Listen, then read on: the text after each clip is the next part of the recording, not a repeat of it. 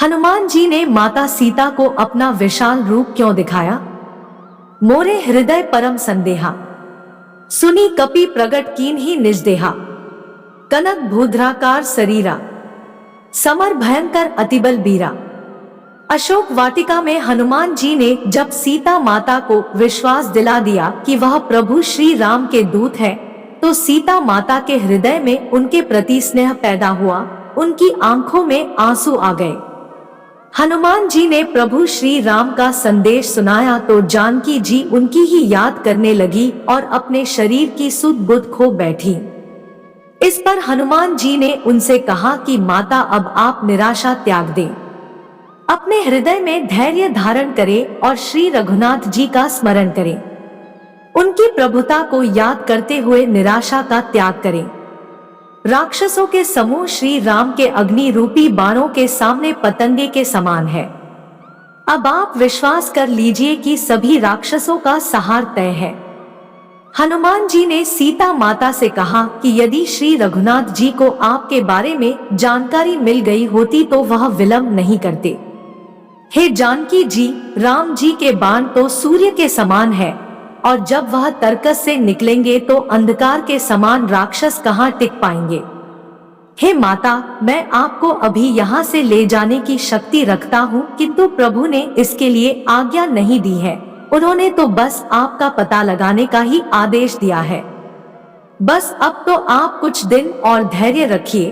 प्रभु श्री राम यहाँ पर वानरों के साथ आएंगे और राक्षसों को मारने के बाद ले जाएंगे। और प्रभु राम के ऐसा करने पर देवर्षि नारद जी आदि सभी ऋषि और मुनि तीनों लोकों में इस घटना का यशगान करेंगे। हनुमान जी विशाल आकार धारण कर विश्वास दिलाया। हनुमान जी के सामान्य शरीर को देखकर सीता माता को संदेह हुआ और उन्होंने स्नेहवश पूछा कि हे पुत्र, क्या सभी बालक तुम्हारी तरह से इतने ही छोटे हैं? क्योंकि राक्षस तो बहुत ही ताकतवर हैं। छोटे छोटे वानर उनका मुकाबला कैसे कर पाएंगे और कैसे उन्हें मारकर विजय प्राप्त करेंगे? इस पर हनुमान जी ने अपने विशाल शरीर के दर्शन कराए। उनका शरीर सोने के सुमेरु पर्वत की तरह विशालकाय हो गया, जिसे देखते ही शत्रु भयभीत हो जाए। उनका विशाल शरीर देखने के बाद सीता जी के मन में विश्वास हो गया तो हनुमान जी फिर लघु रूप में आ गए। आपकी दशा का वर्णन मैं श्री रामचंद्र जी से विस्तार पूर्वक करूंगा और उन्हें शीघ्र ही लंकापुरी पर आक्रमण करने के लिए प्रेरित करूंगा। अब आप मुझे कोई ऐसी निशानी दे दे जिसे मैं श्री रामचंद्र जी को देकर आपके जीवित होने का विश्वास दिला सकूं और उनके अधीर हृदय को धैर्य बंधा सकूं। मातु मोहि दीजे कछु चीन्हा, जैसे रघुनायक मोहि दीन्हा। चूड़ामणि उतारी तब दयों, हर्ष समेत पवन सुत लयों।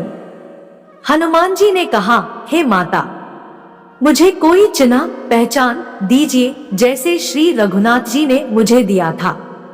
तब सीता जी ने चूड़ामणि उतार कर दी। हनुमान जी ने उसको हर्षपूर्वक ले लिया। कहे हो तात अस मोर प्रणामा, सब प्रकार प्रभु पूरन कामा।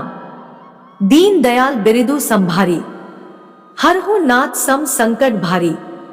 जानकी जी ने कहा, हे तात, मेरा प्रणाम निवेदन करना और इस प्रकार कहना, है प्रभु, यद्यपि आप सब प्रकार से पूर्ण काम है, आपको किसी प्रकार की कामना नहीं है, तथापि दीनों दुखियों पर दया करना आपका विरध है और मैं दीन हूँ। आता उस विरध को याद करके, हे नाथ, मेरे भारी संकट को दूर कीजिए।